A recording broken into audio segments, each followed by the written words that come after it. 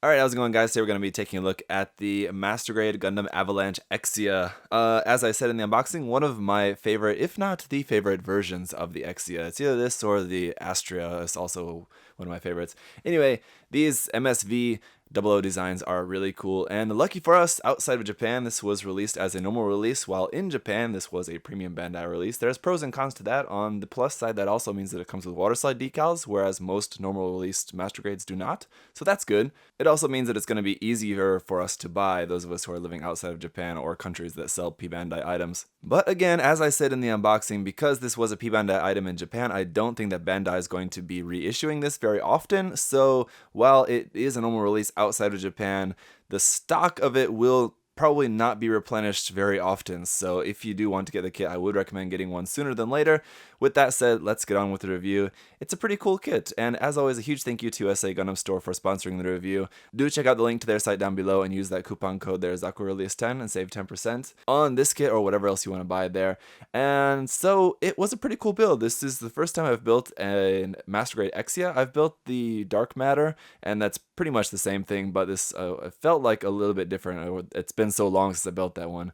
It basically felt like a new experience building an Exia while there are many variants out there. And I did feel like while I was building the Master Grade Exia, there was a lot new to this, so I feel like this was a probably pretty different experience from building just the regular Exia. While most of the core kit would feel the same for those of you who have built the Master Grade Exia in any way, shape, or form, a lot of the new parts do feel really cool and they go together pretty nicely, so let's check it out. Alright, so let's talk about everything that you get with the kit. The first thing would be the stand that you see him standing on. This action base, you do have the full action base there in this clear, sparkly bluish green color. It's pretty nice. This is my favorite action base, as would be the BA-13 base, originally from the Master Grade Funichi Nishida. And you got decals and stickers and markings and all sorts of stuff here, so let's take a look at this. You got just the sticker markings, a whole bunch of stuff there in blue and white. You got dry transfers, a whole bunch of those, little tiny ones for a whole bunch of different markings and everything. I really hate this. I really don't like dry transfers. I had to use some on a kit recently and was just so annoyed. And so I really don't like that, but here you got plenty of those. And then a nice sheet of water slide decals here. So this has a whole bunch of little markings and then some nice larger logos there. So again, that's one nice thing about this being a P-Bandai kit in Japan. It means that P-Bandai Master Grades usually have water slides included with them, and so we do get this, while normal release kits usually do not. Then we have in just plain clear here this thing which is meant to hold the GN drive if you want to display that out separately. Got an action base connector for using with your action base. Got a 1/100 scale pilot figure of Setsuna F-Sei. This is just the original pilot figure from the Gundam Exia. You don't get a new pilot figure with this, unfortunately. I think that would have been a nice inclusion though. And then you have this little thing. I'm not exactly sure what this is. I couldn't find this in anywhere in the manual. I believe this is just a separate thing, kind of like the pilot figure. It's just a separate kind of thing. It kind of reminds me of like a little Metal Gear kind of looking thing, but I think this is a separate thing like the pilot figure from the anime or something, and I just don't know. I don't remember or whatever, but one of you guys let me know in the comment section down there. Then beam saber effect parts, we've got a whole lot of them because you've got 4 beam saber handles there stored up above the shoulders. So you got 2 long and 2 short of this kind of square rectangle style ones, and then you have 2 long of just these standard round ones, and these are all in clear pink. Then we've got the GN sword, the typical Exia weapon of choice there with the blade that folds out. And like that, and the blade is in this nice kind of molded silver, so it does look pretty cool. And then the shield bit on the side of there, that's just handheld and connects into the forearm there as well for some extra support. And then we have the GN shield, again pretty standard, nothing really too crazy here. This again just connects onto the side of the arm. These bits here on the side do kind of spread out like that.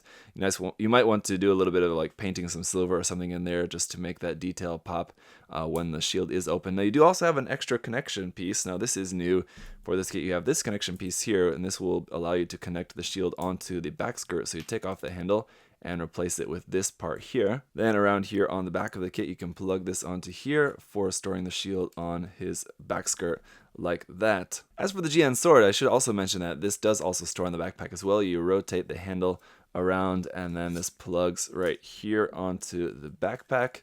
There you go, and now that's connected onto there. Then we've got the GN short blade and the GN long blade. Again, both of them have that molded silver part for the actual blade part, and you have this new piece, this new connection piece for that, which will allow you to plug this onto the other side of the backpack here, so you can have all this stuff nicely stored on the back of the Avalanche Exia. And last but most certainly not least here is the dash parts. So you can also make the Avalanche Exia dash with these parts here on the leg. Basically what you'll do is swap some parts here, take off the kneecap and take off these blue parts here on the side, and then replace that with these parts here. So I'll put those on here in a moment. Again, as I said in the unboxing, I really don't care too much for these dash parts, and this guy is not going to want to stand up. Personally, I love the Avalanche Exia, but don't really care for the dash parts at all. But anyway, once this is connected onto the leg, this part will be able to fold down like that for the high speed mode, I believe it is. And then here on the end, you also have this little claw bit, which is really cool. I will admit, I do like this part. It's pretty interesting. Just in the construction. I mean, I enjoyed building this part. It was pretty fun and interesting to put together. So you have these 3 little claws, which are a little bit difficult to fold open, but those open up like that. And then on the middle there is your little beam emitter. And this is where your circle beam effect parts are going to be used. You'll just plug that into there, and then you can have that as an extra beam saber kind of beam emitter there at the end of the little claws connected onto this big thing connected onto the bottom of his feet. So it's pretty interesting. Okay, so let's talk a little bit about these stickers and everything. So you've got stickers for basically on or under all of the clear green parts, including here for the eyes, stickers there. On a lot of like the GN condensers, you've got stickers that go underneath there, but they're so dark green, it's really hard to see anything there. It's kind of disappointing. And here, like on the side of the head as well, places like that. On this kind of camera, like for the front and back of the head, you're supposed to put the sticker on top of the clear part, which is kind of strange to cover that up, but that's there. You'd also have these weird kind of like soft plastic parts here that go like on the top of the head, here on under the shoulders there, that kind of like ribbony part. And it does have this kind of nice iridescence to it there on the side of the torso, on the front of the leg here. And then these ones here that connect the backpack to the back skirt are new for this kit. I believe those will be new just because you have this whole big new contraption here on the back skirt for the Avalanche parts. Also, I will mention now, because it has happened once again, these parts here, these new parts for the chest detail vent parts there, those are new. They just plug in there into the chest, and they want to fall out pretty often, pretty easily, so I definitely recommend just gluing those in place. But let's get on with the articulation. The head will very nicely go up to there, which is pretty good for doing some flying poses.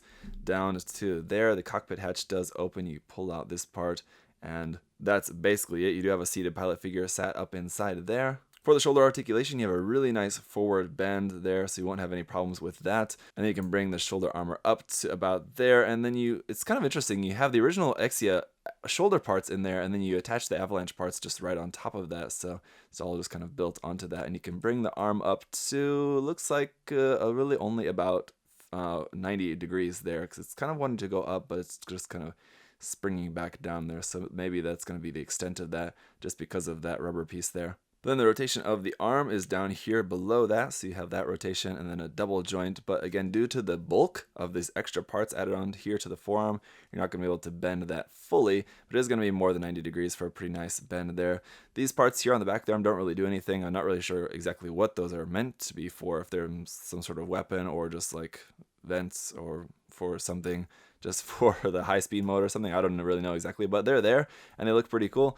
And then the wrist is just on a ball joint and then also a hinge if that doesn't want to fall off. The ball joint doesn't really do much, it's just going to give you a rotation. The hinge is really going to be the best point of articulation there, although as you're noticing, every time I'm bending the hinge, it's popping the hand off there, so that is going to be a little bit annoying. But anyway, the thumb is on a ball joint, and then the first finger is separated, and the second, third, and fourth finger are joined together, but you can slice those down the middle to separate those to have each individual finger articulated if you want to. You don't really have much of a stomach crunch here, forward and back, and even side to side. You can't really kind of do anything with that, either that or I'm not doing something right. It's built into there, but I think, again, just because the way the backpack is connected into the back skirt, that's going to be limiting that. The other thing that I'm noticing is that with the GN drive, if you don't have an LED unit in place, when you press that, it's just kind of like collapses the part into there because there's nothing stopping it where the LED unit should be inside of the GN drive. So that is kind of annoying. Every time I press that, I have to like basically take it apart and pull that back out, so that is actually where it's supposed to be. It's now like kind of pushed in a little bit. While we're here, let's take a look once again at the shoulder armor, because I just want to show you how the Avalanche parts work for the high speed mode. You'll lift that up and then bend that down like that to expose this yellow part here. And then of course you have the beam saber handles attached onto the top of the shoulders, and then these ones here on the backpack, so those will move forward and back a a little bit like so. And these parts here where I connected the accessories, the weapons before, that actually pulls out a little bit, and then you can actually move that side to side for having those to be kind of out of the way if you need. So that's actually pretty cool. This back skirt doesn't really move too much of anything, and then the front skirts do move pretty nicely. You got the new front skirts for this kit, and if you fold this out like that and then bring it up like that, you can get that pretty much out of the way to bring the leg pretty far forward as much as you're going to need. Out to the side, also not going to be a problem with this kit with the lack of side skirt armor. So you can bring that leg forward, and then when you bend the knee, it's going to be kind of interesting. So you have the first bend there, and the second bend is like down here in the middle of the leg.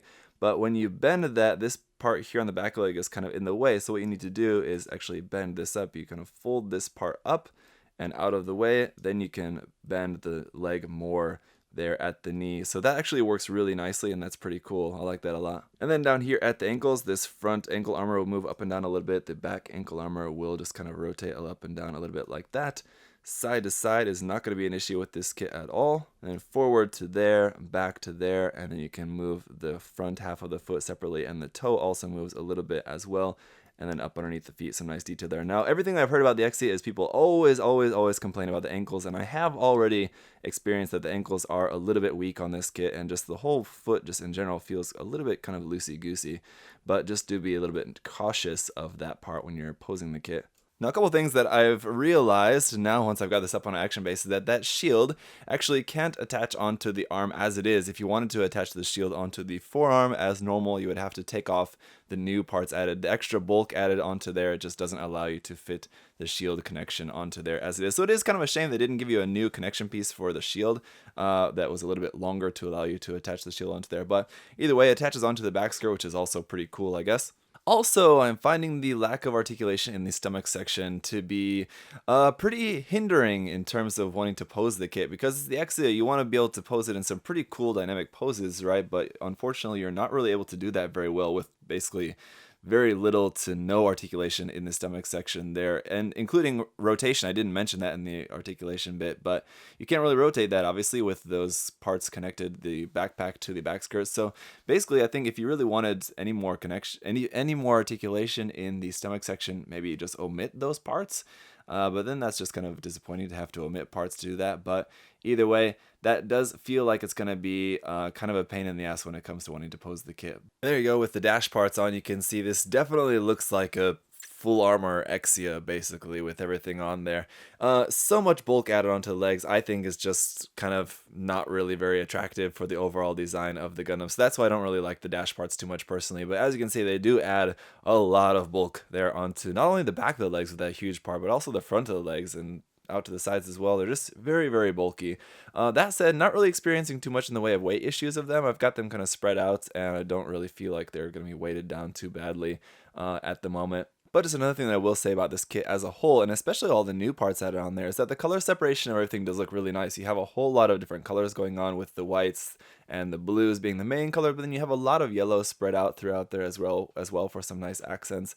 And then of course the frame bits poking out here and there, and all the bits of gray and everything. So in terms of the colors of everything and the details, it all looks really nice. I do like all the little like vent gaps and everything in the white parts of the avalanche parts on the knees and on the shoulders. Those are also really cool looking details, and so the details of everything does look really nice. Once it's all painted up and detailed and panel lined and you got the decals on there, it's gonna look really impressive.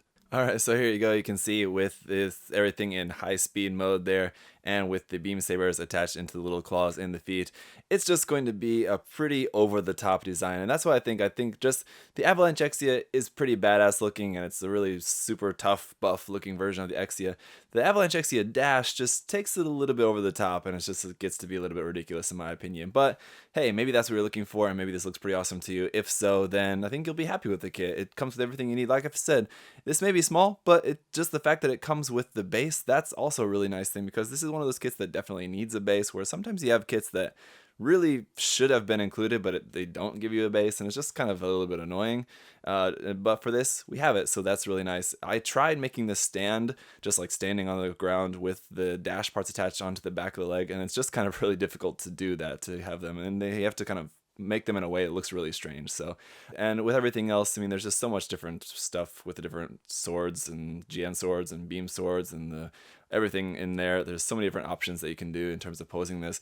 Again, it is limited by the torso articulation. I'm finding that a little bit disappointing, but otherwise everything's there. I mean, part separation and detail, everything's all really nice. The articulation overall is pretty good aside from a few points. So again, if you like this, if you're a big fan of the Exia, you want a really crazy, ridiculous variant of the Exia, then here you go. Personally, I'm looking forward to painting it in a little bit different colors. I want to tweak the colors a little bit. I don't like that yellow per se. It's a little bit too just plain yellow. And so I'll definitely want to tweak the colors a little bit. But just straight out of the box, it does look pretty cool. So there it is. Hopefully this review was helpful for you guys. If you have any other further questions or comments, though, feel free to leave those down below. I'm not really that big of an expert on 00 stuff, so there's always things that you guys will correct me on in the comments when it comes to different weapons and accessories and what exactly some parts are and what they do and all that. So thank you guys in advance for that, and thank you guys so much for watching. Again, thank you to USA Gundam Store for sponsoring the review. Check the link to their store down below, and I'll see you guys next time. Bye-bye. Hey! Thanks for watching, guys. Remember, if you want to check the kit out for yourself, you can head over to USA Gundam Store. Use that coupon code ZakuAurelius10. Save yourself 10%. Thanks for watching, guys. See you next time. Bye-bye.